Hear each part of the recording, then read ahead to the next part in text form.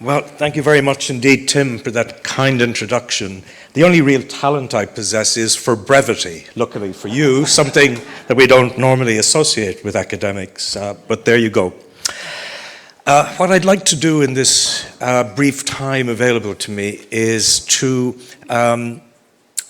Aziz has kind of set out the problem of values and disintegrating values in Central and Eastern Europe. I want to look more at what the European Union has been doing and has not been doing, and I hope that I might actually end on a note of hope to send you away in happier mode. But I just want to begin with a personal perspective, and it's about a journey that I made 2 years ago. I was as I normally am in the summer, in the Black Sea, and I took a train journey from Bulgaria all the way up to Krakow to participate in a conference in Krakow. And when I got there, I was really sort of heartened because in the morning I encountered a pro-migration march. And there were 500 or 600 people there, and I thought it went against the grain of everything that I'd been told was happening in Poland. However, a few hours later, I encounter a much larger march, and this is about 4,000 or 5,000 strong. And this was an anti-migration march, an anti-European march, where all of the kind of insignia of Polish nationalism was fused with the kind of things that Aziz was just talking about. And I was particularly horrified when I saw a whole lot of young men in their early 20s wearing these red t-shirts, the t-shirts of Pegida, the German fascist organization. And horrified because Krakow as a city suffered more under fascism than perhaps any other city in Central Europe. And of course, it's located just 45 minutes away from Auschwitz. It's almost as if the memory of what had happened in that place had been completely banished from the minds of those people who were protesting. And of course, in the case of 48 hours, I didn't see a single person of dark skin, a single person who might look like they were a migrant or a refugee.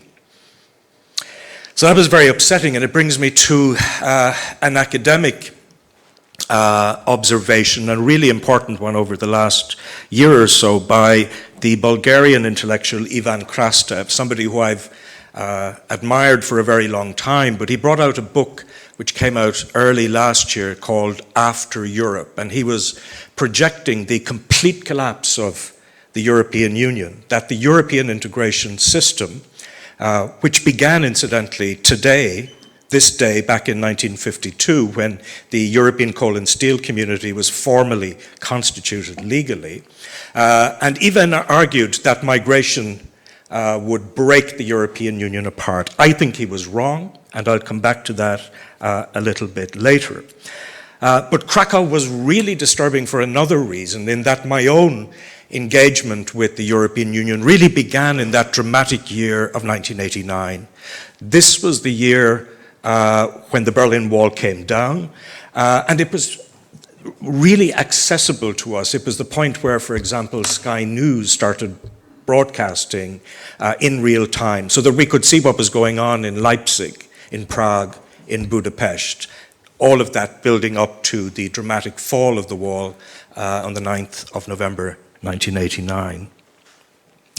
So how did we get from that period of optimism, the period where Francis Fukuyama projected that the European Union was essentially the future, that history had come to an end, and positively in the shape of this system of cooperation across nations using common institutions and structures? Well, my argument is the European Union has been far too complacent about the nature of the threat emanating from what I call nativism rather than populism, and that the rule of law is absolutely central to the integration system. And if you believe that that is the case, the attacks upon pluralism, on institutions that provide checks and balances within political systems in Poland, Hungary, and elsewhere, is really, really significant. And that if we don't take action soon, it will be too late. Now, I'll come back to the toolbox to ask what are the levers, the limited, seemingly limited number of levers that the European Union has in these contexts, in these jurisdictions. But I have to admit my own culpability, because I am a scholar of EU enlargement. I was one of those people who was fascinated by what was going on in Poland, Hungary, the Czech Republic, and elsewhere in the 1990s. And I made that the study of my PhD, and much of the work that I've done since has also been on Central and Eastern Europe. And in latter years, it's been about the Balkans and the effort being made to achieve convergence between the Western Balkans, as it's now constituted, and the European Union. And I have to say that as an academic group, we got it entirely wrong. We argued in the early 2000s that the European Union was the only game in town for neighboring states, for outside states, that they would and could and should converge towards the European Union model, and that the EU would provide sufficient incentives in the way of financial support and subvention of different kind, and would also employ the stick to a degree, that is, mechanisms of political conditionality to ensure that best practice would be transferred over time to outside states, to candidate states. Now, the chief mechanism through which this was to be achieved came about in the early 1990s, the Copenhagen criteria, which were set out at the June European Council in 1993. And they stipulated that outside states applying for membership should be market economies, should be liberal democracies, the rule of law should be respected and firmly entrenched, the rights of minorities similarly respected and entrenched in law. Over time, those criteria were codified in the treaties, and you can find them now more or less in Article 2 of the Treaty on European Union. So when we talk about values, it was in, I think, the articulation through the Copenhagen criteria of what the European Union represents as an entity, historical, contemporary, and so on, that the EU was actually able to define itself. So it was in the effort of expansion to Central and Eastern Europe that the EU really, I think, developed an identity that was normative rather than just transactional or functional or utilitarian.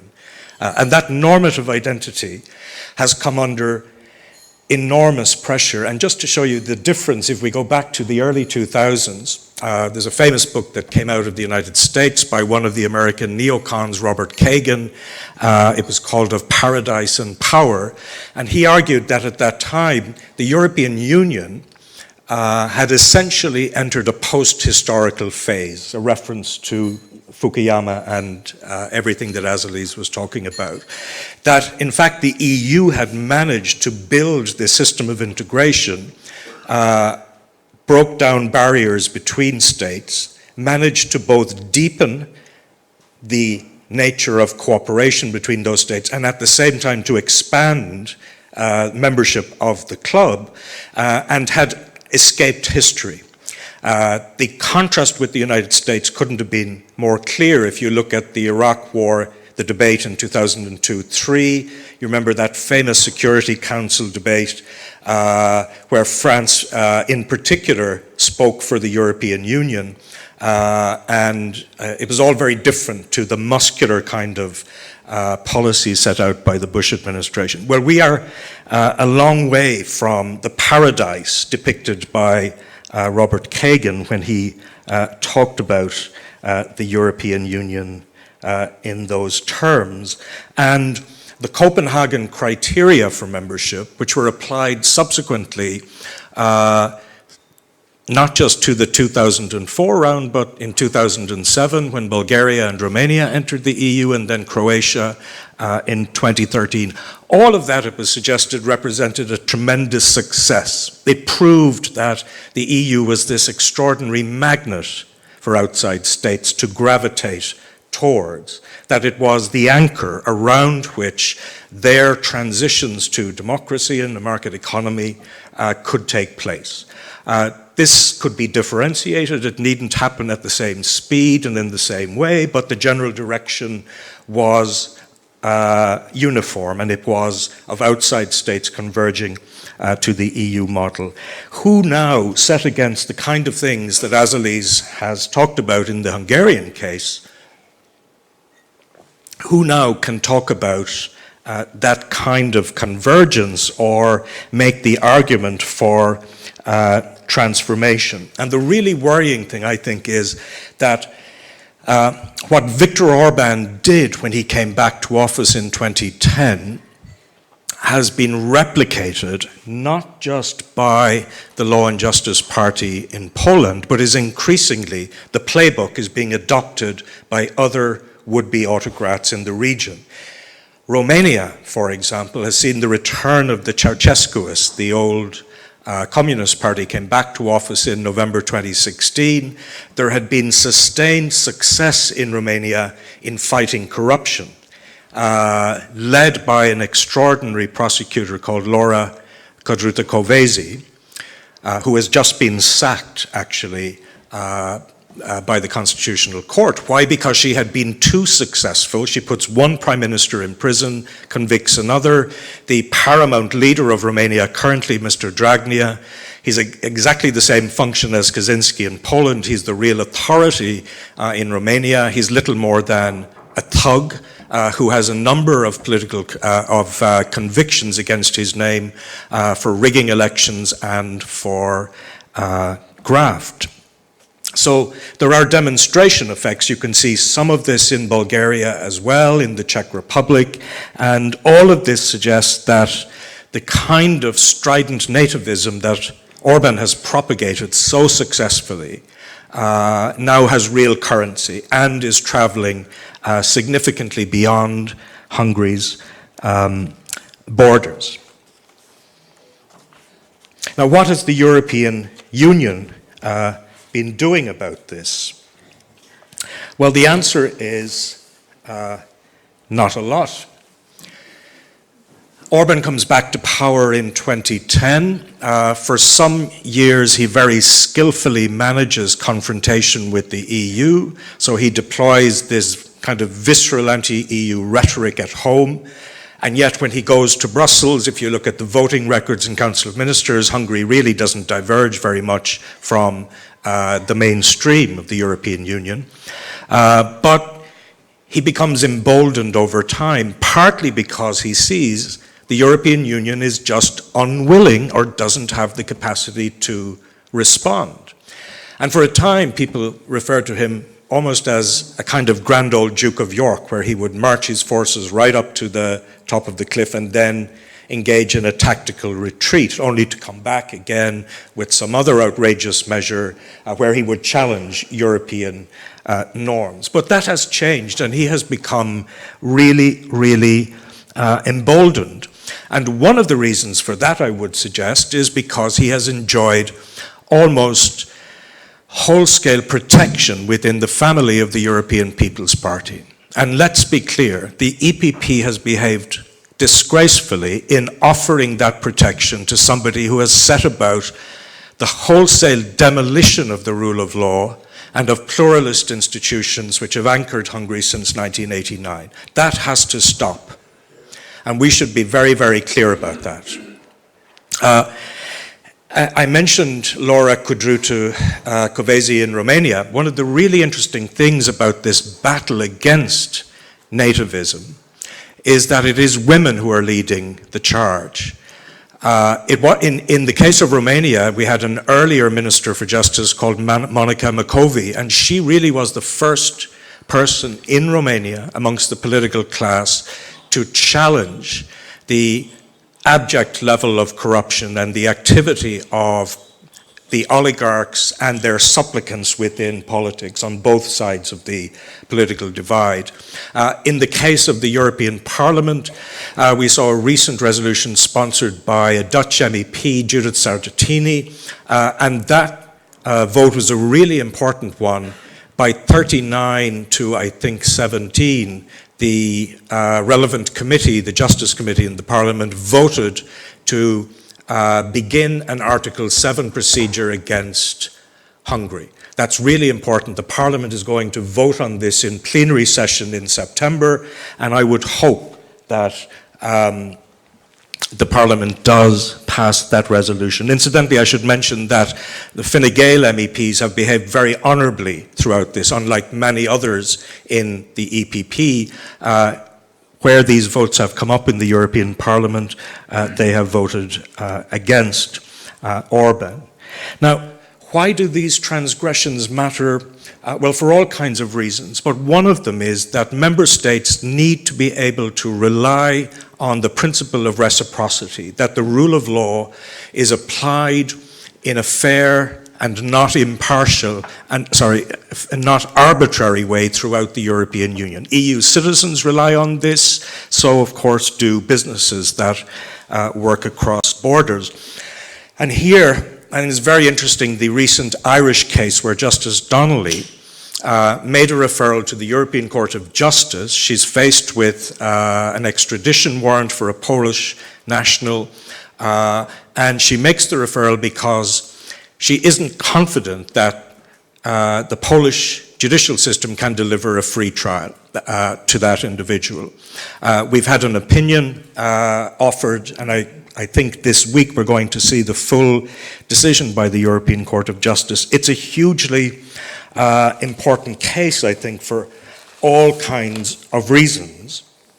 If the court finds that the Irish court doesn't need to obey a Polish extradition request, it would signal that Polish courts can no longer be trusted, essentially. They can no longer be trusted to, as a normal part of the legal architecture of the European Union. So that's a very important case, and I think we'll learn a lot more when we see the outcome to that case. Okay, just one final word about Article 7.